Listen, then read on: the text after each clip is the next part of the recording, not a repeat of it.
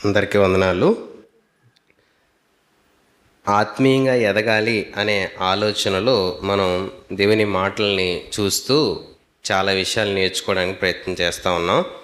అందులో భాగంగా మన గురించి మనం ఆలోచించుకునేటప్పుడు మన మీద మన మనస్సు చాలా నిందారోపణలు చేస్తూ ఉంటుంది.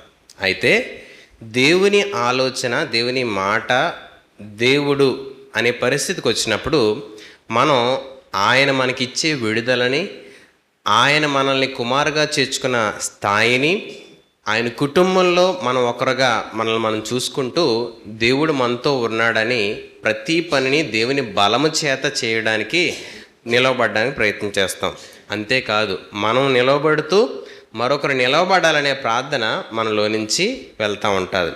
అలా నిలవబడుతున్న మనలో ఫిలిప్పీలకు రాసిన పత్రికలో చెప్పిన మాట అనుసరించి, నన్ను బలపరచువాని అందే నేను సమస్తమును కూడా చేయడానికి ఇష్టపడతా ఉంటాను. కాబట్టి మన గురించి ఎలా ఆలోచిస్తామనంటే కొన్ని విషయాలు మనం నేర్చుకున్నాం. మొదటిగా, దేవుడు ఆయన కొరకు నన్ను ఉపయోగపడడానికి తయారు చేసుకున్నాడు. ఆయన కొరకు ఉపయోగపడడానికి నన్ను తయారు చేసుకున్నాడని చెప్పి మనం చెప్తూ ఉంటాం. రెండవది, తగిన సమయాన్ని హెచ్చిస్తాడు కాబట్టి నేను ఆయన బలిష్టమైన చేతుల క్రింద దాగి ఉంటానని అని మనం నమ్మాలి. మూడవది, నా బలం కాదు దేవుని బలమే నా ద్వారా పని చేస్తుందని నమ్మినప్పుడు మనం చాలా విషయాల్లో దేవుని సహాయం చేత ఎదుర్కోవడానికి, నిలవబడడానికి, పోరాడడానికి, దేవుని మాటను బట్టి విజయం పొందుకోవడానికి దేవుడు ఎంతగానో సహాయం చేస్తారు. నాలుగవది, నా బలహీనతలో నన్ను ప్రేమించి నాలో ఎల్లప్పుడూ ఆయన ఉంటాడు. ఈరోజు కొన్ని పరిస్థితులు వస్తే మనుషులు మనల్ని దూరం పెట్టేయచ్చు, వెలివేయచ్చు, మనం అంటే చిన్న చూపు చూడవచ్చు. కానీ దేవుడు అలా కాదు. కానీ మనల్ని నిలబెట్టాలని, మనం ఆయనలా మార్చబడాలని మన పక్షాన ఎప్పుడు కూడా ఎదురు చూస్తూ మనతో ఉండడానికి ఇష్టపడతా ఉంటాడు. ఐదవది, నా అసమర్థతలు, భయాలు నేను నేర్చుకోవడానికి చాలా పాఠాలు నాకు నేర్పిస్తాయి. అంతేకాని నేను నిరుత్సాహపడకూడదు. ఎందుకు ఇలా పుట్టాను అని మనల్ని మనం నిందించుకోవడమో విమర్శించుకోవడమో చేసుకోవడం మానేసి దేవుడు మనతో నేర్పించే విషయాన్ని అడగాలి. ప్రభా, ఈ పరిస్థితి నా ముందుంది, నేనేం చేయాలి, ఎలా నడవాలి అనే ఆలోచన అడిగి ముందుకెళ్ళడానికి ప్రయత్నం చేయాలి. నాలో దేవుని స్వరము, ఆరో విషయం, నాలో దేవుని స్వరము, దేవుని స్వభావం ఉంది అనేది మనం గుర్తుపట్టాలి. ఎప్పుడైతే ఇలా గుర్తుపడతామో మనం ఒకరిని చాలా ప్రేమగా చూస్తాం, మనం దేవునికి ఇంపైన వారిగా ఇష్టంగా మార్చుకుంటాం.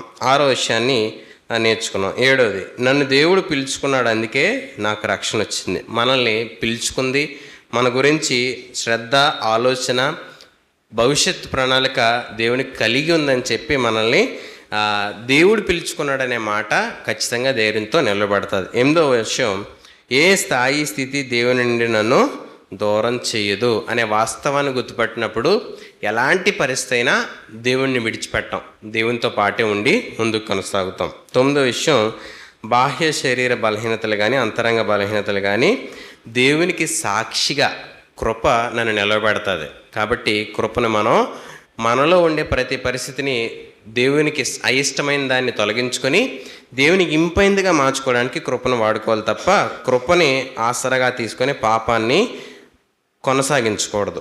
పదో విషయం, ఆత్మ ద్వారా, వాక్యం ద్వారా, బోధ ద్వారా నిత్యం పరిశుద్ధాత్మ దేవుడు మనతో మాట్లాడుతూ ఉంటాడు. 11వ విషయం మనం నేర్చుకున్నాం, హెచ్చరిక, సూచన ఎప్పుడు కూడా మనకు దేవుడు అందుబాటులో ఉంచుతాడు. అంతే, పగటికి పగలు, రాత్రికి రాత్రి మనకి ఆయన ఎల్లప్పుడూ కూడా మనతో మాట్లాడడానికి ఇష్టపడుతూ ఉంటాడు. ఈరోజు మరొక విషయాన్ని నేర్చుకోవడానికి ప్రయత్నం చేద్దాం. ఒకసారి మీ పక్క వాళ్ళతో ఈ మాటలు చెప్పండి. వినగల చెవి, అర్థం చేసుకునే హృదయం, అనుసరించే మనసు, లోబడే అవయవాలు నాకున్నాయి. చెప్పారా? ఏం చెప్పారు వాళ్ళు? వినగల చెవి, అర్థం చేసుకునే హృదయం, అనుసరించే మనస్సు, లోబడే అవయవాలు నాకున్నాయి అని మొదట మనం నమ్మాలి. ఉన్నాయా? మనకు అన్నీ ఉన్నాయా? మనం ఏమంటామనంటే ఏదో చేయాలి దేవుని కొరకు, ఇలా బతకాలనిపిస్తుంది, కానీ ఆ సమయం వచ్చేసరికి అలా చేయలేకపోతున్నామండి. ఆ టైం వచ్చేసరికి మళ్ళీ ఎందుకో దేవుని నుంచి వ్యతిరేకంగా వెళ్ళిపోతున్నాం. మళ్ళీ అది చేసిన తర్వాత అనిపిస్తుంది, దేవుని కోసం బతుకుంటే బాగును, దేవుని కోసం నిలబడి ఉంటే బాగును, దేవుని కోసం ఒక్క క్షణం ఓపిక పట్టుంటే బాగును, నేను ఆ మాట అనకపోదును, ఆ పని చేయకపోదును, వాళ్ళతో వెళ్ళకపోదును. ఇలా రకరకాల కారణాలు వెతుకుతూ ఉంటాం. అయితే మొదటగా మనం ఇవి నాకున్నాయి అనేది మనం ఎప్పుడైతే ప్రయత్నం చేస్తూ ఆ మాట మనం పదే పదే చెప్పుకుంటామో అవి మనల్ని దేవునిలో అంటుకట్టి ఫలించేలా చేస్తాయి. అంతేకాని మనం సమయం వచ్చినప్పుడు, సందర్భం వచ్చినప్పుడు పోరాడదామని ప్రయత్నం చేస్తే ఆ పోరాటంలో మనం గెలవలేం. ఇవి మనం చెప్పుకొని 4 మాటలు మనకు బలంగా ఉంటే మనం ఆత్మీయతలో బలంగా ముందుకు కొనసాగుతాం.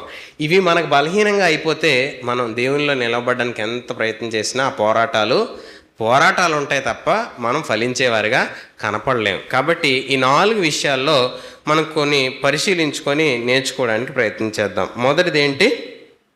వినగల చెవి. సామెతలు 16వ అధ్యాయము 20వ వచనం చదువుదాం. సామెతలు 16వ అధ్యాయము 20వ మాట. ఉపదేశమునకు చెవియొగ్గువాడు మేలునందును, యెహోవాను ఆశ్రయించువాడు ధన్యుడు. ఉపదేశానికి ఏం చేయాలంట? చెవి యొగ్గాలంట. ఇక్కడ అందరం మనం దేవుని మాటలు వినడానికి వచ్చామా? ఎక్కడున్న వాళ్ళందరూ ఒకసారి మీ పక్క వాళ్ళని చూడండి, మీరు దేవుని మాట వినడానికి వచ్చారా అని అడగండి. దేవుని మాట వినడానికి వచ్చాం, కానీ మాటలన్నీ మీ చెవిలోకి వెళ్ళాయా అని అడగండి. ప్రతి ఆదివారం మాటలన్నీ మీ చెవిలోకి వెళ్ళాయా అని అడగండి. పక్కలను అడగండి అమ్మా, పక్కలను అడగండి. గురుగారు, మాటలన్నీ మీ చెవిలోకి వెళ్ళాయా? కొన్నే వెళ్ళాయా? అన్నీ వెళ్ళాయా? ఇప్పటి వరకు ఏ ఆదివారం అయితే వచ్చారు అన్ని మాటలు వెళ్ళాయా? కానీ ఒక గొడవ ఆడండి, ఒక గొడవ ఆడితే అన్ని మాటలు గుర్తుండవా? నువ్వు 4వ మాట ఈ మాట అన్నావు అని చెప్తారా? చెప్పరా? ఖచ్చితంగా చెప్తారు. 4వ మాట ఈ మాట అన్నావు, ముందు మాటలన్నీ బాగానే ఉన్నాయి, ఆ 4వ మాట దగ్గరికి వచ్చినప్పుడే నాకు ఒళ్ళు మండిపోయింది, ఇంక నేను అది తప్పేనా అంటాం. అదేంటో ఆ వినేటప్పుడు మనలో ఒక స్పందన తీసుకొస్తుంది కదా, ఒక కదలిక తీసుకొస్తుంది, ఒక మార్పుని తీసుకొస్తుంది. మన మొక్క కవలికలు మారిపోతాయి ఆ మాట వినగానే. అలాంటిది దేవుని మాటకి చెవి యొగ్గడం అని అంటే ఆయన దగ్గరికి వచ్చి ఆయన మాట విన్నవారిగా ఉంటాం చాలామంది. ఆయన దగ్గరికి వచ్చి ఆయన కొరకే మనం దేవుని సమయాన్ని వెచ్చించి మన జీవితాన్ని కట్టుకోవడానికి ఇష్టపడిన మనలో అన్ని మాటలు చెవిలోకి వెళ్ళవు, అన్ని మాటలు లోపలికి వెళ్ళవు. చెవి దగ్గర వరకు వచ్చి పక్క తోసేస్తాం, చెవి దగ్గర వరకు రానిచ్చి లోపలికి వెళ్ళనివ్వం. చెవి యొగ్గడం అని అంటే దేవుడు ఏదో నాతో మాట్లాడుతున్నాడు అని వినడం, దేవుడు నాతో ఏదో చెప్తున్నాడు, నన్ను ఏదో చేయమంటున్నాడు, నన్ను ఎక్కడికో వెళ్ళమంటున్నాడు, నన్ను ఎలాగో బతకమని చెప్తున్నాడు, నాకేదో చెప్తున్నాడు దేవుడు అని వినడానికి చెవి యొగ్గడం. ఈరోజు ఆ వినే ఆలోచన కలిగిన వాడంట దేవుని దగ్గరికి వస్తాడంట. ఈరోజు చర్చికి రావాలి కదా అని వచ్చి వినడం కాదు, వస్తే దేవుడు నాతో మాట్లాడతాడని వచ్చి వినడం ఆయన కోరుకుంటున్నాడు. వస్తే దేవుడు నాకు ఏం చేయాలో నేర్పిస్తాడని వచ్చి వినడం ఆయన కోరుకుంటున్నాడు. వచ్చిస్తే నేను ఆయనలా మార్చబడ్డానికి వస్తున్నానన్న దృక్పథంతో వచ్చి వినాలని ఆయన ఆశపడతా ఉన్నాడు. ఎక్కడో తప్పిపోయాం, ఎక్కడో చెడిపోయాం, అందుకే మీటింగ్లు అంటే వెళ్ళిపోతాం, లేకపోతే పలానా దగ్గర చర్చిలో సభలు ఉన్నాయంటే వెళ్ళిపోతాం, లేకపోతే ఇంకెక్కడో యూట్యూబ్లో మెసేజ్లు వస్తున్నాయంటే బోల్డ్ కూర్చొని వినడానికి ఇష్టపడుతూ ఉంటాం. ఈ ఆడియో మెసేజ్ బాగుంటుందంటే వీరంటే కూర్చొని వినడానికి ఇష్టపడతాం, కానీ దేవుని స్వరం వినడానికి చాలామంది ఇష్టపడం. దేవుని మాటలు చాలా వరకు మనం వినడానికి ఇష్టపడుతున్నాం, మనం దేవుని స్వరం వినడానికి ఇష్టపడడానికి ఎవరు ఒప్పుకోవట్లేదు. ఎందుకు? దేవుని స్వరం ఆయన ఏదో చెప్తున్నాడు, నేను ఏదో చెయ్యాలనే ఆలోచన తీసుకొస్తుంది. లేకపోతే దేవుని మాటలండి చాలా చక్కగా ఉన్నాయండి, చాలా బాగున్నాయండి, చాలా విన్నామండి అని చెప్పుకునే మాటల దగ్గర ఆగిపోద్ది. ఈరోజు మాటల దగ్గర ఆగిపోతే ఆయన సంతోషించడు. కానీ మాట నీ జీవితంలో ఏ మార్పు తీసుకొచ్చిందో చూడగలిగితే అప్పుడు దేవుడు ఆనందిస్తాడు. ఆయన మాటలు ఎప్పుడు కూడా వర్షం భూమి మీదకి వచ్చి ఎలా అయితే తడపకుండా వెళ్ళదో, ఆయన మాట వచ్చి ఒక హృదయాన్ని కదిలించకుండా వెళ్ళదో, ఒక హృదయాన్ని మార్చకుండా వెళ్ళదు. ఎలాంటి బండబారిపోయిన హృదయాన్నన్నా అది కదిలిస్తుంది, కొడుతుంది, దానిలో ఉన్న ప్రతి ఒక్క గాయాన్ని మానుపుతుంది, దానిలో ఉన్న ప్రతి ఒక్క స్థితిని మెరుగుపరుస్తుంది, దేవునికి ఇంపైందిగా మారుస్తుంది. అది కదిలించలేదంటే ప్రాబ్లం ఏంటంటే వినకపోవడం. ఇక్కడే ఉంటాం కానీ వినకపోవడం, ఇక్కడే ఉంటాం కానీ దృష్టి పెట్టకపోవడం. ఆలోచించండి, వినే చెవి మనకు ఉండాలి. వినే చెవి ఎప్పుడైతే మనకుంటే అది మనకి దేవుని సన్నిధిలో ఉన్నప్పుడు ప్రయోజనకరంగా మారుతుంది. దేవుని మాట చదువుతున్నప్పుడు ప్రయోజనకరంగా మారుతుంది. ఎప్పుడు ఒంటరిగా ఉండేటప్పుడు దేవుని స్వరం వినేలా చేస్తూ ఉంటుంది. కాబట్టి వినాలి అని అంటే మనం అర్థం చేసుకోవాలి, దేవుని స్వరం నాతో ఏదో చెప్తుంది, నన్ను ఏదో చేయమంటుందన్న దృక్పథంతో ఎప్పుడైతే దేవుని మాటలు వింటామో అవి ఒక జీవితాన్ని చాలా ఇంపైందిగా మారుస్తూ ఉంటాయి. ఈరోజు నిర్లక్ష్యంగా ఎక్కడైనా వింటే అది మనకు నష్టం. మనం ఎక్కడున్నాం? దేవుని సన్నిధిలో ఉన్నాం, దేవుని ప్రాంగణంలో ఉన్నాం, దేవుని ఉనికి మన మధ్యలో ఉందనే భయంతో దేవుని మాట వినడానికి ఎప్పుడు కూడా సిద్ధంగా ఉండాలి. ఎప్పుడైనా కొన్నిసార్లు ఎవరైనా దూరంగా, చాలా దూరంగా మన వైపు చూస్తూ మాట్లాడుతున్నారంటే అది ఏం మాట్లాడుతున్నారో మీరు పట్టేయగలరా? పట్టేయలేరా?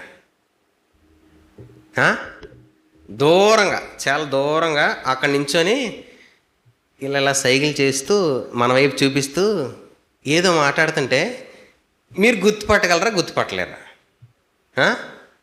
ఏం మాట్లాడుకున్నారో చెప్పగలరా? చెప్పలేరా? చెప్పేద్దరు చెప్పారా? ఆడు ఏం పదం వాడాడో కూడా చెప్పేస్తారు కొంతమంది కదా. మీకు వినపడింది? అసలు ఎక్కడో దూరం ఉన్నాడు కదా, మీకు ఎలా వినపడింది? మీకు ఎలా తెలిసిపోయింది ఆ మాట? అంటే మీకు తెలుసు ఏం మాట్లాడతాడో ఆడు. మీ వైపు చూపించి చెప్పాడంటే ఏ సందర్భంలో దేని గురించి ఏ విషయాన్ని ఎత్తి మాట్లాడాడు కూడా మీరు గుర్తుపట్టగలరా? గుర్తుపట్టలేరా? మరి దేవుని మాట ఎందుకు అలా గుర్తుపట్టం మనం? ఈ విషయం నాలో అంతరంగంలో ఏదో ఉంది, దాని గురించి చెప్తున్నాడు దేవుడు అని ఎందుకు గుర్తుపట్టం? పాస్టర్ గారు నేనంటే ఇష్టం లేదు, నేనంటే నచ్చట్లేదు, నా గురించి ఎవడో ఏదో చెప్పేశాడు అందుకే చెప్పేస్తున్నాడు. ఇవి వస్తాయి మనకి ఇక్కడ కూర్చున్నప్పుడు. ఆవిడ ఏదో చెప్పేసినట్టుంది నా గురించి, అందుకే నీళ్ళు అన్నీ చెప్పేస్తున్నాడు నా గురించి, లేకపోతే ఆయనకి ఎలా తెలుస్తుంది? ఇవా మనం ఆలోచించాల్సింది. ఆ మాట నా జీవితానికి ఏదో ఉపయోగకరంగా దేవుడు చెప్తున్నాడు, అది నేను సరి చేసుకోవాలని ఆలోచించాలి. కానీ దూరంగా మనం ఎవరో మాట్లాడుకుంటే విని చెప్పినట్టుగా దేవుని స్వరం వినకూడదు ఎప్పుడు కూడా. దేవుడు నాతో మాట్లాడుతున్నాడనే ఆలోచనతో వినడానికి ఎప్పుడైతే ప్రయత్నం చేస్తామో అది మన జీవితాన్ని ఆయన కోరుకున్న స్వారూప్యతలకు మారుస్తుంది. అది మనకు ప్రయోజనం. అది ఆత్మీయంగా మనం ఒక మెట్టు ఎక్కేలాగా, ఎదిగేలాగా, దేవునిలో నిలవబడేలాగా అది చేస్తూ ఉంటుంది. యోబు 4వ అధ్యాయము 12వ మాట చూద్దాం. యోబు 4వ అధ్యాయము 12వ మాట. యోబు మైక్లో చదవండి. నాకొక మాట రహస్యముగా తెలుపబడెను, నా చెవిలో ఒకడు గుసగుసలాడినట్లుగా అది నాకు వినబడెను. గాఢ నిద్ర మనుషులకు వచ్చు సమయమున రాత్రి కలల వలన పుట్టు తలంపులలో అది కలిగెను. సరిపోతుంది. ఇక్కడ రహస్యము అనే మాట రాయబడుతూ చెప్తున్నాడు. రహస్యంగా ఆయన మాట్లాడతాడంట. ఇప్పుడు ఇక్కడ మనం ఒక టైటిల్ పెట్టుకొని ఈరోజు మనం ఈ విషయాన్ని నేర్చుకుందాం అని నేను కొన్ని మాటలు మీతో మాట్లాడవచ్చు. కానీ దేవుని స్వరం మనతో ఒక్కొక్కరితో ప్రత్యేకంగా మాట్లాడుతుంది. ఒక్కొక్కరికి ప్రత్యేకమైన విషయాన్ని తెలియపరుస్తుంది. ఒక్కొక్కరికి ప్రత్యేకమైన నడిపింపు ఇస్తుంది. ఒక్కొక్కరికి ప్రత్యేకంగా మీతో నేనున్నాను అనే మాట దేవుని స్వరం ఒక్కొక్కరికి వినిపిస్తుంది. ఇప్పుడు వినే చెవి నాకు ఉన్నప్పుడు, వినే ఆలోచన మనస్సు నాకు ఉన్నప్పుడు ఆయన మాట్లాడే తాకిడి ప్రతి ఒక్కరూ అనుభవించగలుగుతారు. అది ఎలా ఉంటుందంట? రహస్యంగా ఉంటుందంట. నీతో దేవుడు మాట్లాడే స్వరం ప్రత్యేకమైనది. అది నువ్వు ఎప్పుడైతే గుర్తుపట్టడానికి ప్రయత్నం చేస్తావో, అది పొందుకోవడానికి ప్రయత్నం చేస్తావో, అది తెలుసుకోవడానికి ఎప్పుడైతే ప్రయత్నం చేస్తావో, నీతో దేవుడు పనిచేసే విధానం మారిపోతుంది. ఎందుకు? నేను దేవుని స్వరం వినాలి అనే ఆలోచనతో నేను అడుగులు వేయడం ప్రారంభిస్తాను కదా, నన్ను అడగడం ప్రారంభిస్తాను కదా, నీతో దేవుడు పనిచేసే విధానం అక్కడే ప్రారంభమవుతుంది. నేను వినాలి అనే ఎప్పుడైతే నేను దేవుని స్వరానికి అప్పగించుకుంటానో, అది మన జీవితంలో అడుగులు వేసేలాగా చేస్తుంది. కాబట్టి మనం ఎలా ఉండాలి అని అంటే, దేవుడు మనతో మాట్లాడేటప్పుడు నిమ్మలంగా ఉండాలి. పక్కలు చెప్పండి.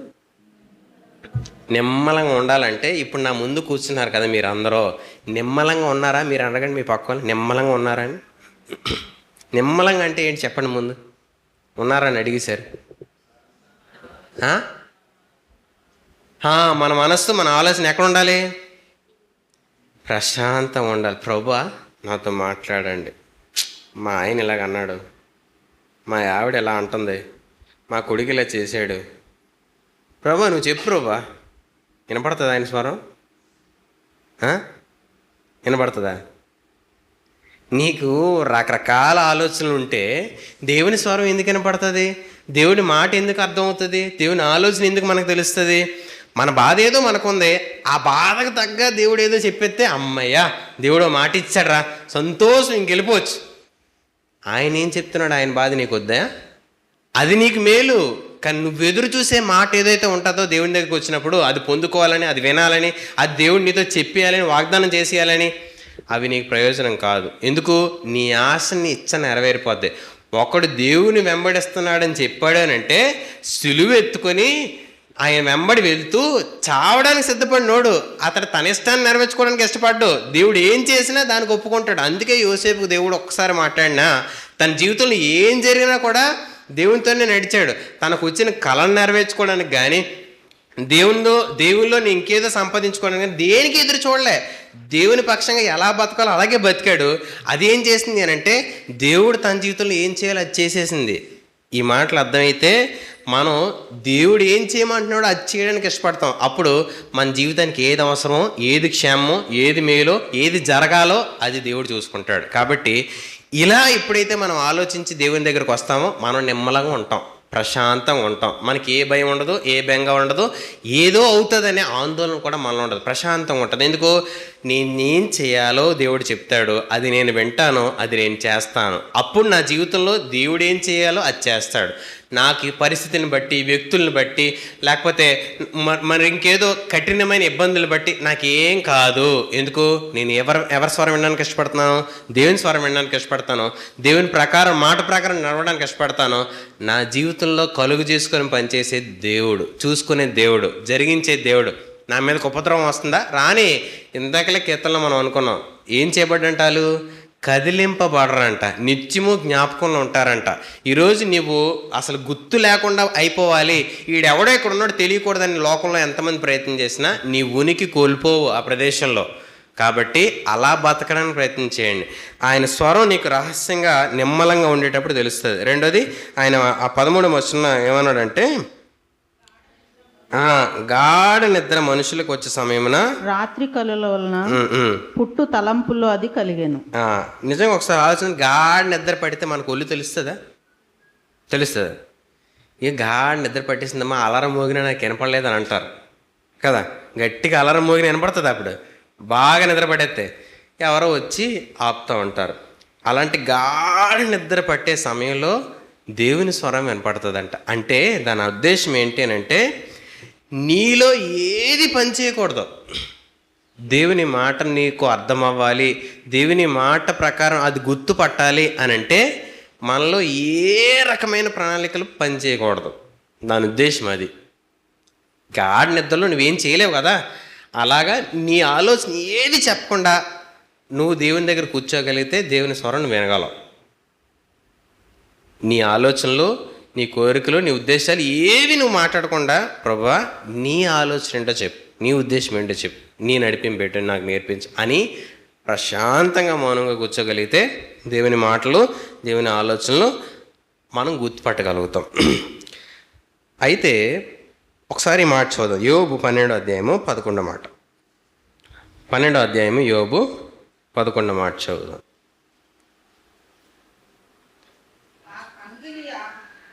ఆహారమును రుచి చూచినట్లు చెవి మాటలను పరీక్షింపదా? 34వ అధ్యాయం 3వ వచనం కూడా చదివామ్మా. అంగిలి ఆహారము రుచి చూచినట్లు చెవి మాటలను పరీక్షించును. అక్కడ ప్రశ్న వేసి ఇక్కడ ఏం చెప్పాడు? జవాబు చెప్పేశాడు. పరీక్షిస్తుంది. చెవి మాటలు ఏం చేస్తుందంట? పరీక్షిస్తుంది. పరీక్షిస్తుంది కాబట్టి కొన్నిసార్లు మనం కొన్ని మాటలు విన్నప్పుడు అవునా నిజమా అని చెప్పి ఒకడు అడిగాడు. ఆదికాండం 1వ అధ్యాయంలో 3వ అధ్యాయంలో ఎవరో సాతాను అడిగాడు. ఏమని? అవునా నిజమా, దేవుడు ఇలాగ అన్నాడా, దేవుడు ఇలా చెప్పాడా అని. ఇప్పుడు మనకు కూడా మన ముందున్న పరిస్థితి ఏమవుద్దో అని తెలిసిపోయిన తర్వాత, ఎలా జరుగుతుందో మనకు తెలిసిపోయిన తర్వాత దేవుడు అలా కాదు మరొకటి చేస్తున్నానని చెప్తే మనకేం వినపడుతుంది లోపల? దేవుడేమో ఎలాగ అంటున్నాడు, ముందేమో పరిస్థితి ఎలాగ ఉంది, ముందేమో ఎలా జరుగుతుంది అనిపిస్తుంది. దేవుని మాట నమ్ముతావా, మన ముందున్న పరిస్థితిని నమ్ముతావా? మీ పక్కన ఏది నమ్ముతారు మీరు? దేవుడిని నమ్ముతారా? నిజం చెప్పండి, దేవుడిని నమ్ముతారా? ఒక ఆవిడ అన్నదండి, నిజంగా మరి ఇలాంటి భక్తిపరులు ఉన్నారా అనిపించింది నాకు. అంటే బియ్యం అయిపోతూ ఉంటే అలా ఆయన రాత్రి వచ్చి మాట్లాడేటప్పుడు డబ్బులు లేవే, బియ్యం అయిపోయాయి అన్నాం, ఎలాగా అని అంటే పర్లేదండి దేవుడు మనకి ఇస్తాడు అని అన్నది. డబ్బులు ఎవరు సంపాదించేది? భార్య, భర్త. భర్త తేవాల్సినోడు ఎవడు? భర్త. రేపు పొద్దున్న వస్తాయి అని అంటే తెచ్చేది ఎవరు? భర్త. నమ్మకం ఎవరికి ఉండాలి? భర్తకు ఉండాలి. భర్తే అవ్వదు అని అంటే భార్య అంటుంది దేవుడు ఇచ్చేస్తాడండి మీకెందుకు అని అంటుంది. భార్య ఏం చూస్తుంది, భర్త ఏం చూస్తున్నాడు? భర్త ఏమో డబ్బులు వస్తే కదా అది వస్తుంది, డబ్బులు మన చేతిలో పడితే కదా మనం వెళ్ళి కొనుక్కొని తెచ్చుకొని ఇంట్లో ఆ డబ్బాలో వేసుకోగలం అని భర్త ఆలోచిస్తుంటే, భార్య ఏం ఆలోచిస్తుందంటే మనల్ని పోషించేది దేవుడు. ఈరోజు ఈ లోకంలో మనం తెల్లవారుగానే వెలుతురు ఇంత ఉంది, గాలి ఇంత వస్తుంది, వాన వర్షం ఇంత పడాలి, ఈ రకంగా పరిస్థితులు మారాలని దేవుడు సిద్ధపరిచి ఒకరోజు దినాన్ని తయారు చేశాడండి. మనం బతకాలి అని అంటే, మనం చలించాలి అని అంటే, మనం ఉనికి కలిగి ముందుకు కొనసాగాలి అని అంటే అది దేవుడు నడిపిస్తాడండి. మనం దేవుని మీద అనుకున్నాం కదా అని అన్నదంట భర్తతో. ఈరోజు ఆ మాట స్త్రీగా మనం చెప్పగలమా ఇంట్లో కూర్చొని? మరి మన భక్తి ఎందుకు, మనకు దేవుడు ఎందుకు? ఒక నిరీక్షణ, ఒక విశ్వాసం, దేవుని మాటను బట్టి ధైర్యం తెచ్చుకొని నిలవబడే స్థాయి మనం సంపాదించుకోకపోతే దేవుడు ఎందుకు? మనం ఏం వింటున్నాం మరి దేవుని గురించి? ఒక పరిస్థితి వచ్చినప్పుడు, ఒక స్థితి మన ముందుకు వచ్చినప్పుడు, దేవుని మీద ఆనుకొని నిలవబడే మనస్థితి పరిస్థితి లేనప్పుడు దేవుని మాటలు ఎందుకు వింటున్నాం మనం? కాలక్షేపానికా? ఖాళీగా ఉన్నామనా? సమయం లేదనా? ఆదివారం సెలవనా? కాదే. ఆత్మీయంగా ఎదుగుతున్నామనంటే దేవునితో మన సంబంధం పెరిగి దేవుని మాటను బట్టి అనుసరించే జీవితానికి మనం ఎదగడం. ఈరోజు అలాంటి మాటలుగా మనం వినడానికి చెవి తెరవాలి. కాబట్టి వచ్చి వెళ్ళిపోయేవారిగా ఉండడం కాదు, కానీ విని పరీక్షించుకునే వారిగా మనం ఉండాలి. దేవుని మాట ఇలా చెప్తుంది, పరీక్షించాలి, నా జీవితాన్ని పరీక్షించుకోవాలి, నేనేం చేస్తున్నాను ఆలోచించాలి, నా పరిస్థితులను బట్టి దేవుని వైపు నేను చూస్తున్నానా, నా ముందన స్థితిగతుల వైపు నేను ఆలోచన కలిగి ఉన్నానా? నీతో మాట్లాడే స్వరం దేవుని స్వరాన్ని గుర్తుపట్టడానికి ప్రయత్నం చేస్తే అపవాది ఆలోచనల్ని పక్కకు నెట్టి మనం ముందుకు వెళ్దాం. అయితే యోబు 33వ అధ్యాయం 14వ వచనం చదువుదాం. యోబు 33వ అధ్యాయం 14వ వచనం. దేవుడు ఒక్క మారే పలుకును, 2 మారులు పలుకును, అయితే మనుషులు అది కనిపెట్టరు. అప్పుడేమవుద్ది? ఒకసారి పలుకుతాడంట, 2 సార్లు పలుకుతాడంట, అయితే మనుషులు ఏం చేయారంట? అది కనిపెట్టరంట. అంటే ఏంటో తెలుసా? ఆయన నువ్వు విన్నప్పుడు మాట్లాడదాంలే అని చెప్పి ఇంకా మాట్లాడడం ఆపుతాడు, వెయిట్ చేస్తాడు. ఎందుకు? నువ్వు వినట్లేదు కదా, నీకేదో చెప్తున్నాడు కదా, నీకేదో తెలియపరుస్తున్నాడు, నువ్వు ఇలా ఉంటే బాగుంటుంది, నేను నీతో ఉంటానని చెప్తున్నా ఆయన స్వరం నువ్వు గుర్తుపట్టకపోతే ఇక్కడికి వస్తాం, మాటలు వింటాం, మళ్ళీ మన జీవితాన్ని కొనసాగిస్తాం, మనకు నచ్చినట్టు బతుకుతాం. కానీ వినే ఆలోచన చేత నేను దేవుని స్వరం వింటున్నాను, దేవుని ఆలోచన వింటున్నాను, నేను అలా నడవాలి ప్రభా, నీ మాటకు నేను ఇంపుగా నేను నడుస్తాను అని ఎప్పుడైతే సిద్ధపడతామో ఆయన ప్రతిసారి మాట్లాడతాడు. ఈ ప్రదేశంలో ప్రారంభించిన దేవుని మాట నువ్వు బయటికి వెళ్ళే మాట్లాడతాడు, నువ్వు ఇంట్లో ఉన్నా మాట్లాడతాడు, నువ్వు టీవీ ముందు కూర్చున్నా మాట్లాడతాడు, నువ్వు ఉద్యోగం చేస్తున్నా నీతో మాట్లాడతాడు, నువ్వు ఎక్కడ పనిలోకి వెళ్తున్నా మాట్లాడుతున్నాడు, ప్రయాణంలో ఉన్నా మాట్లాడతాడు, నువ్వు కోర్టులో ఉన్నా మాట్లాడతాడు, నువ్వు పోలీస్ స్టేషన్లో ఉన్నా మాట్లాడతాడు, నువ్వు ఎక్కడున్నా మాట్లాడతాడు. ఎందుకు మాట్లాడతాడు? నువ్వు వింటున్నావు కాబట్టి. వినకపోతే ఒకసారి మాట్లాడతాడు, 2 సార్లు మాట్లాడతాడు. నువ్వు వినట్లేదు కాబట్టి నీ పక్కన ఉంటాడు కానీ నీకు ఆయన స్వరం వినిపింప చేయడు. విన్నావా అక్క అని మీ పక్కన అడగాను. విన్నారు ఎప్పుడైనా స్వరం విని? కొంతమంది అనుభవాలు చెప్తారు, దేవుడు నాతో ఇలా మాట్లాడండి విన్నాను. చాలామంది వింటారు. చేసావా? విని ఏమైనా చేసావా? విని ఏమైనా నడవడానికి ప్రయత్నం చేసావా? విని అడుగులు వేయడానికి ఎప్పుడైనా ఇష్టపడ్డావా? వినడంతో మన జీవితం, చాలామంది జీవితాలు ఆగిపోతూ ఉన్నాయి. వినడంతో ఆగిపోతే మనంత దౌర్భాగ్యమైన వారు ఇంకొకరు ఉండరు. వినడంతో ఆగిపోతే మనంత ఇంకా నిరుపయోగమైన పరిస్థితి ఇంకేది ఉండదు. విని మనలో స్పందన కలగాలి. వినేవారిగా ఉన్నామా లేదా? వినే చెవి దేవుడు మనకి ఇచ్చాడు. వినే గుర్తుపట్టి దాని ప్రకారం నడిచే పరిస్థితి దేవుడు మనకి ఇచ్చాడు. అది మనం పొందుకోకపోతే నష్టం మనదే. తర్వాత మనం అర్థం చేసుకోగలిగిన హృదయాన్ని మనం కలిగి ఉన్నామని మనం నమ్మాలి. సామెతలు 20వ అధ్యాయము 12వ మాట చదువుదాం. సామెతలు 20వ అధ్యాయము 12వ మాట. ఈ రెండును వినగల చెవి, చూడగల కన్ను, ఈ రెండును యెహోవా కలుగజేసినవే. వినగల చెవి, చూడగల కన్ను, ఈ రెండు దేవుడు కలుగజేసినవే. ఈరోజు అర్థం చేసుకునే హృదయం అని అంటే, హృదయం ఏం చేస్తుంది అని అంటే భావాలకి కేంద్రం. మనస్సు ఏమో ఆలోచనకి కేంద్రం అయితే హృదయం దేనికి కేంద్రం? భావోద్వేగాలకి, భావానికి కేంద్రం.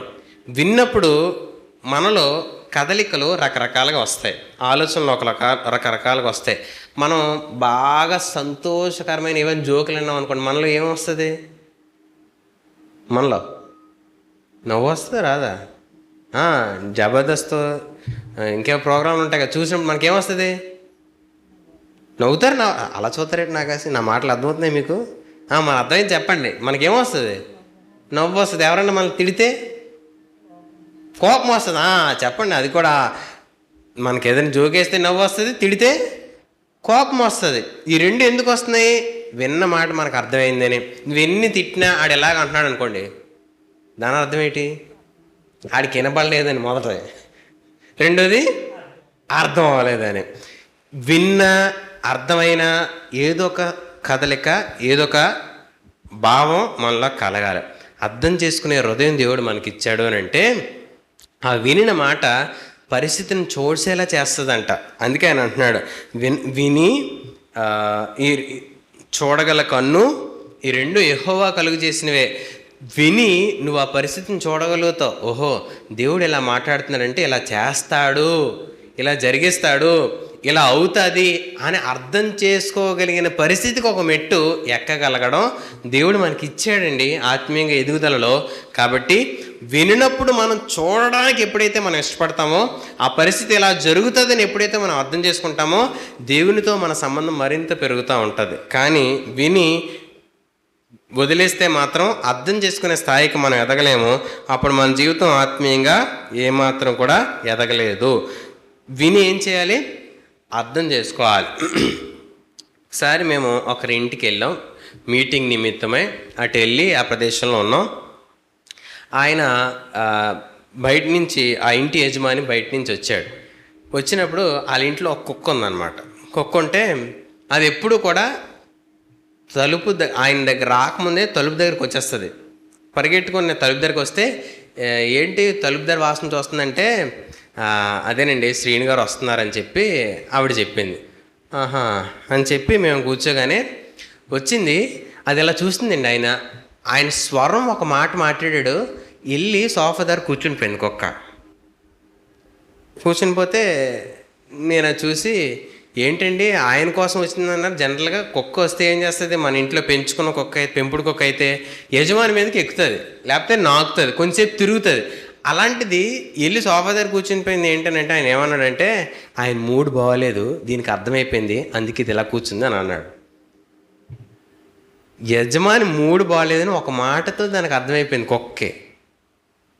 దేవుడు ఇలా మాట్లాడాడంటే ఇలా జరిగిపోద్ది అనేది కుక్క కొన్ని విషయాలే గ్రహించగలదు, కొన్ని విషయాలే తెలుసుకోగలదు. మానవుడిగా మనిషి అన్ని విషయాల్ని గుర్తుపట్టగలడు, అన్ని విషయాల్ని ఆలోచించగలడు, అంచనా వేయగలడు.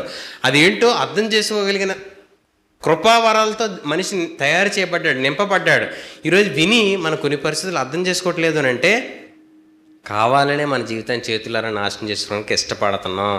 నీ జీవితాన్ని నీ చేతులతోనే నాశనం చేసుకోవడానికి ఇష్టపడుతున్నాం. నీ జీవితాన్ని నీ చేతులతోనే తప్పుడు పద్ధతులు నడిపించడానికి ఇష్టపడుతున్నావు. కారణం నువ్వే, ఎవరో కాదు. ఎవరో నిన్ను ప్రేరేపించారని చెప్పే మాట అబద్ధం. నువ్వు దేవుని స్వరం వినలేదు అనేది నిజం. నన్ను చాలామంది ప్రేరేపించారని అందుకే ఇలా చేశాను. నీకు అర్థం అవుదా ఆడు నిన్ను ప్రేరేపించాడంటే తప్పుడు మార్గంలో నడిపిస్తున్నాడని? నీకు తెలియదా ఆడు నిన్ను మాట్లాడుతున్నాడంటే నిన్ను చెడ్డ పని చేయడానికి నిన్ను ఒప్పిస్తున్నాడని? తెలిసి నువ్వు దేవుని స్వరాన్ని వినడం మానేసి ఆ చెప్పుడు మాటలు విని తప్పుడు అడుగులు వేసావు, చెప్పుడు మాటలు విని తప్పుడు ఆలోచనకు ప్రయత్నం చేసావు, చెప్పుడు మాటలు విని తప్పుడు పద్ధతుల్లో నడవడానికి ఇష్టపడ్డావు. అలా ఒప్పుకో. దేవుని స్వరం వినలేదు, మానవ స్వరం విన్నాను, ఆడేదో తప్పుడు చెప్తే విన్నాను, దేవుని స్వరం వినలేదు అనేది ఒప్పుకోగలిగితే నువ్వు తప్పు చేసావని నీ హృదయం నీ మీద నిందారోపణ చేస్తుంది. అది నిన్ను సరిచేస్తుంది. కానీ ఈరోజు ఒప్పుకోవడానికి ఇష్టం లేదు. ఆడవడం మీద పెట్టేసి మనం తప్పించుకుందామని ఇష్టపడతా ఉంటాం. నెపమును చెప్పి బయటపడదామని ప్రయత్నం చేస్తే దేవుని ఎదుట ఆ ఉద్దేశాలు సాగో, ఆ పరిస్థితులు దేవుడు ఒప్పుకోడు. దేవుని స్వరం వినపడే పరిస్థితి నీ ముందు పెట్టాడు. అది వింటే నువ్వు అర్థం చేసుకొని ఏం చేయాలో, ఎలా నడవాలో అలా నడుస్తావు. కాబట్టి విని నడిచేవారిగా మనం ఉండాలి, అనుసరించేవారిగా, అర్థం చేసుకునేవారిగా ఉండాలి. మూడోది ఏంటంటే అనుసరించే మనస్సు. వినగల చెవి, అర్థం చేసుకునే హృదయం, మూడోది అనుసరించే మనస్సు. ఈరోజు మనం దేవుని మాటలు వినడంతో ఆగిపోయి అర్థం చేసుకొని ఉప్పొంగిపోయి అనుసరించకపోతే మనం దేవునిలో ఎదగలేం, ఆత్మీయంగా బలం పొందుకోలేం. చేయాలి, చేస్తేనే అది మన జీవితంలో ఒక క్రియగా మార్చబడుతుంది. చాలా విషయాలు మనం చేయనంత వరకు కూడా థియరీ ఒకలా ఉంటుంది, ప్రాక్టికల్ ఒకలా ఉంటుంది. చదువుకున్న వారికి ఈ విషయం తెలుస్తుంది. ఏంటి, వాళ్ళు పాఠం వింటారు, దాన్ని ఏం చేయాలని చెప్పి ప్రాక్టికల్ ల్యాబ్లో వెళ్ళి పరీక్షిస్తారు. ఇది ఇలా అవుతుందా, ఇలా జరుగుతుందా, ఇలా అవుతుందా అని. అనుసరించే పరిస్థితి ఎప్పుడు వస్తుంది అని అంటే, నేను చెయ్యాలి అనేటప్పుడు దేవుని మాట నేను ఏం విన్నాను అనేది బయటికి తెలియపరుస్తుంది, నేను ఎంత విన్నాను అనేది చూపిస్తుంది, నేను ఎలా అర్థం చేసుకున్నాను అనేది వ్యక్తపరుస్తూ ఉంటాను. ఈరోజు నేను విని అర్థం చేసుకున్నాను అనేది ఎప్పుడు తెలియపరుస్తుంది అంటే, నా ముందుకు అనుమతించబడిన పరిస్థితుల్లో నేను స్పందించే తీరుని బట్టి నాకు తెలియపరుస్తుంది. కానీ ఈరోజు వింటాం, అర్థం చేసుకుంటాం, కానీ అనుసరించడానికి దానికి వచ్చినప్పుడు దేవుడిని పక్కన పెట్టేస్తాం. విని ఎప్పుడైతే అర్థం చేసుకుంటామో క్రియ చేయడం మనకు వస్తుంది, నడవడం మనకు వస్తుంది, జీవించడం మనం నేర్చుకోగలుగుతాం. లూకాసు వార్త 8వ అధ్యాయం 15వ మాట చదువుదాం. లూకాసు వార్త 8వ అధ్యాయము 15వ మాట. మంచి నేల నుండి విత్తనము పోలిన వారెవరనగా యోగ్యమైన మంచి మనసుతో వాక్యము విని దానిని అవలంబించి ఓపికతో ఫలించువారు.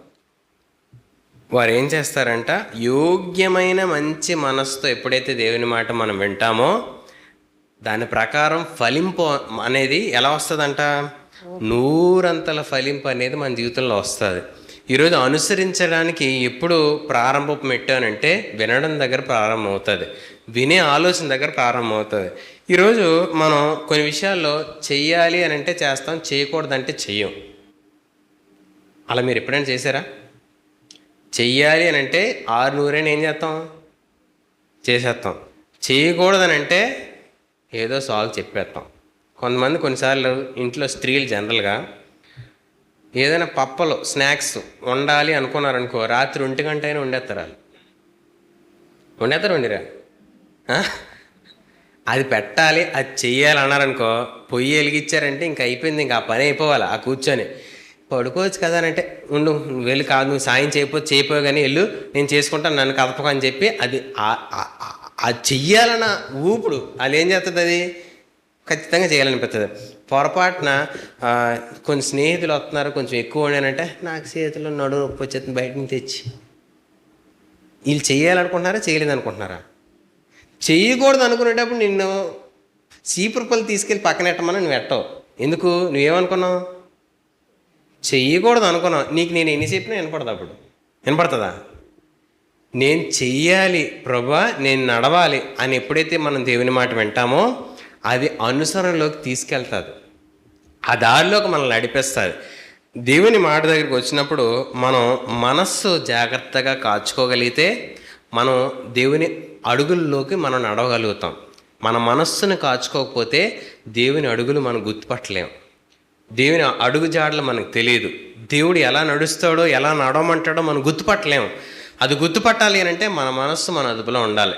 మనస్సు, సొలొమోనుకి దేవుడు ఇచ్చిన జ్ఞానం ఈ భూమి మీద ఎవరికైనా ఉందా? ఎవ్వరికి లేదు.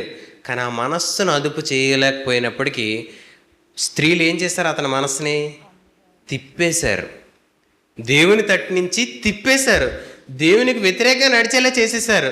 ఈరోజు దేవుని మాట విని కూడా అనుసరించలేకపోతున్నావు అని అంటే నీ మనస్సును ఎవరో తిప్పేశారు. మీ పక్క వాళ్ళతో చెప్పండి, మీ మనస్సు దేని చేత తిప్పబడింది? దేవుని మాట చేత? ఇంకేదైనా పరిస్థితి చేత తిప్పబడిందా? దేని చేత తిప్పబడ్డారు? తమ్ముడు చాలా చక్కగా వచ్చేవాడండి యూత్కి, చాలా చక్కగా వచ్చేవాడు, చాలా చక్కగా ఉండేవాడు, చాలా చక్కగా ఇలాగా తల్లిదండ్రులు పిల్లలకి చిన్నప్పుడు దువ్వను పట్టుకొని ఇలా దువ్వుతారు, ఇలాగ ఆ పాపడి ఇలాగే ఉంటుంది, ఇలాగా నొసల మించి ఇలా చెయ్యేసి ఆ దువ్వుతో అలా దువ్వి అలా చాలా చక్కగా వచ్చి కూర్చునేవాడు. గడిచి 10th అయింది, ఇంటర్మీడియట్ అయింది, డిగ్రీకి వచ్చాడు. డిగ్రీలో జాయిన్ అయిన తర్వాత నుంచి ఈ సైడ్లో ఏం కనపట్లేదు, అంత గుండుగా ఉంటుంది, ఈ మధ్యలోనే ఉంటుంది. ఏమి హెయిర్ స్టైల్ రా ఇది అంటే ఫంకీ హెయిర్ స్టైల్ ఏదో చెప్పాడండి. ఎందుకురా అని అంటే ఏం లేదన్నా మామూలుగా బాగుంటుందని చేసుకున్నాను. తర్వాత ఒక 2 వారాల తర్వాత ఇక్కడ చిన్న పోక్ కనబడింది. మరి బాబు నువ్వు ఏం చేస్తున్నావురా అని అంటే,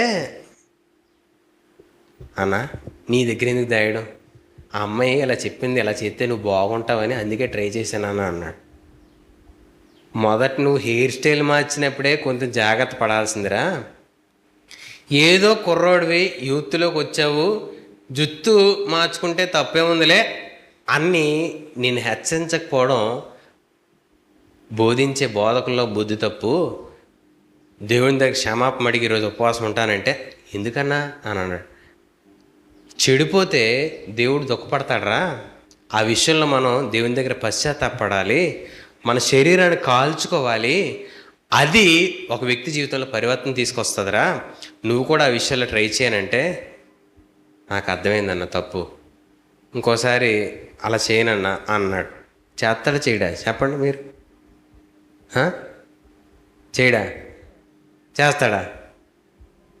దేవుని మీద నమ్మకం ఉంటే దేవుడు కలుగు చేసుకుంటాడు ఆ వ్యక్తి జీవితంలో, ఆ వ్యక్తిని నడిపిస్తాడు. అనుసరించేలా చేసేది మన మనస్సును అదుపు చేసుకోకపోవడం. ఈరోజు ఆ మనస్సు దేని చేత తిప్పబడుతుంది? డబ్బులే, లేకపోతే లైంగికమైన ఆలోచనలా, లేకపోతే దేని చేత తిప్పడం? వివాహం అయిపోయిన కొన్ని పరిస్థితుల మధ్యలో కూడా ఇంకా రకరకాల జాగ్రత్తపు తలంపుల ఆలోచనలు మానట్లేదు అని అంటే ఈరోజు మనం దేనికో బానిస అయిపోయాం, దేనికో మనం లోబర్చబడిపడాం. ఈరోజు ఆలోచించండి, మన మనస్సు దేని చేత త్రెప్పబడితే దేవుని స్వరం వినడానికి మనం ఏమాత్రం కూడా ఒప్పుకోలేము. ఈరోజు మనం వినే చెవి, అర్థం చేసుకునే హృదయం, అనుసరించే మనస్సు దేవుడు మనకి ఇచ్చాడు అనే వాస్తవాన్ని మనం మర్చిపోయేలా చేస్తుంది లోకం, సాతాను, అపవాది. కాబట్టి వాటిలో నుంచి మనం తప్పించుకొని దేవుని స్వరం వినేలా మనం జరిగించాలి. 4వది లోబడే అవయవాలు. యాకోబు 4వ అధ్యాయం 1వ వచనం చదువుతాం. యాకోబు 4వ అధ్యాయము 1వ వచనం. మీలో యుద్ధములను ఉమ్, పోరాటములను ఉమ్, దేని నుండి కలుగుచున్నవి? ఉమ్. మీ అవయములలో పోరాడు మీ భోగచ్చుల నుండియే కదా. అవయవాల్లో పోరాటం ఉంటుందంట. ఒకటేమో ఒకలా నడవమంటది, ఒకటేమో ఒకలా జీవించమని చెప్తుంది. రకరకాల పోరాటాలు ఉంటాయి. మన అవయవాలు పద దేవుని మందిరానికి వెళ్దాం, దేవుని స్వరం విందాం, టైంకి వెళ్ళిపోదాం పద అని చెప్పి నడవమని చెప్తే ఇంకోటి ఉంటుంది, ఏం వెళ్తాంలే ప్రతి వారం ఏం వెళ్తాం దేవుని దగ్గరికి వెళ్ళి ఏం చేసేస్తాం, మళ్ళీ ఈ వారం ఉండిపోయినా పర్లేదు. అవయవాల్లో పోరాటం ఉంటుంది. దేవుని దగ్గర రమ్మనే అవయవాలు ఒకలా చెప్తే, దేవుని మాట ప్రకారం నడవమని ఒకలా బోధిస్తే, ఇంకో ఆలోచన ఏం చెప్తుంది అంటే, ఏం చేస్తాంలే, ఇంకా టైం ఉందిలే, ఇంకా వయసు ఉందిలే, ఇంకా పరిస్థితి ఉందిలే, జరిగించవచ్చులే అని రకరకాలుగా. కానీ కొన్ని నిర్ణయాలు మనం ఎప్పుడైతే జాగ్రత్తగా తీసుకుంటామో మనము అవయవాలన్నీ కూడా దాని ప్రకారం లోబడతాయి. అవయవాలన్నీ కూడా దాని క్రమంలో ఏర్పరుస్తూ ఉంటాయి. ఎప్పుడైనా అంటే ఉపవాసం ఉండే వారికి తెలుస్తూ ఉంటుంది. ఉపవాసం ఉన్నారనుకోండి, ఒక పూట ఉండిన వెంటనే మనకు చెప్తుంది టైం అయినట్టుంది, ఆకలి అవుతుందని. మనం ఏం చెప్తాం, ఫాస్టింగ్ ఉన్నాను తినకూడదని చెప్తాం.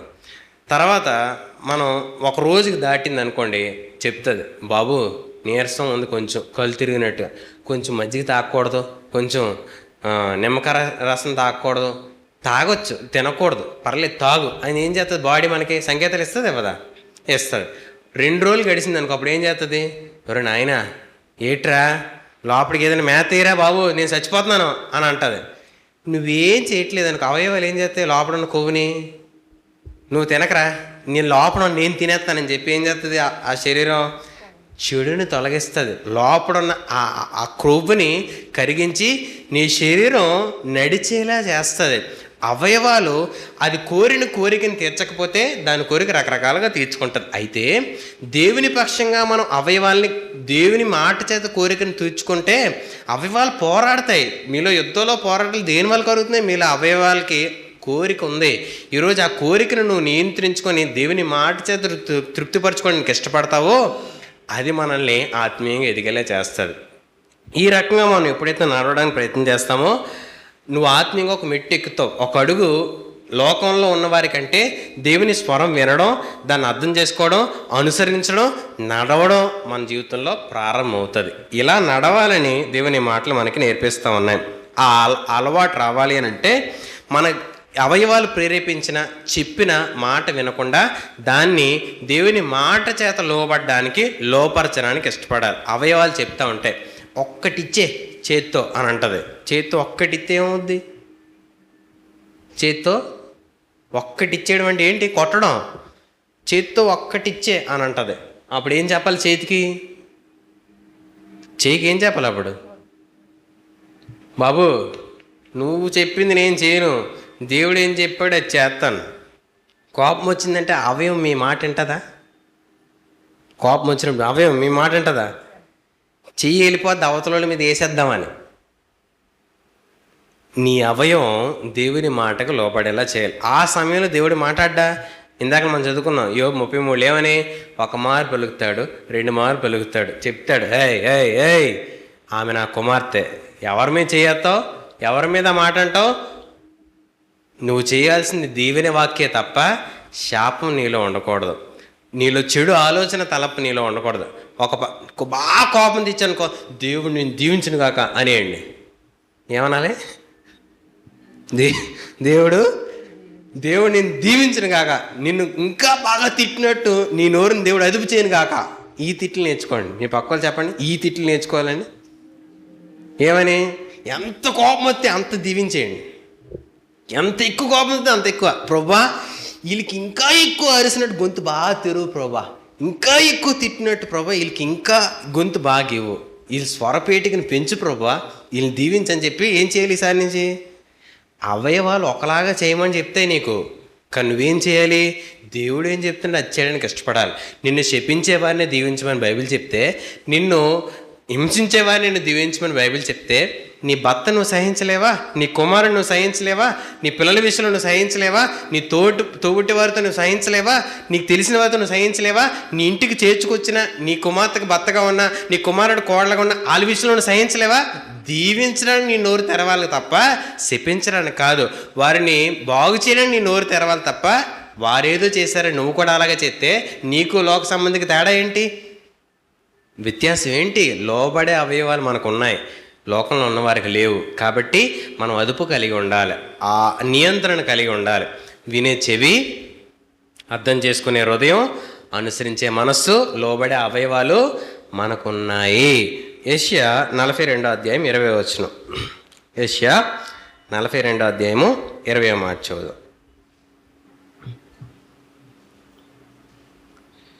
నీవు అనేక సంగతులను చూచున్నావు కానీ గ్రహింపకున్నావు, వారు చెవి యొగ్గిరి కానీ వినకున్నారు.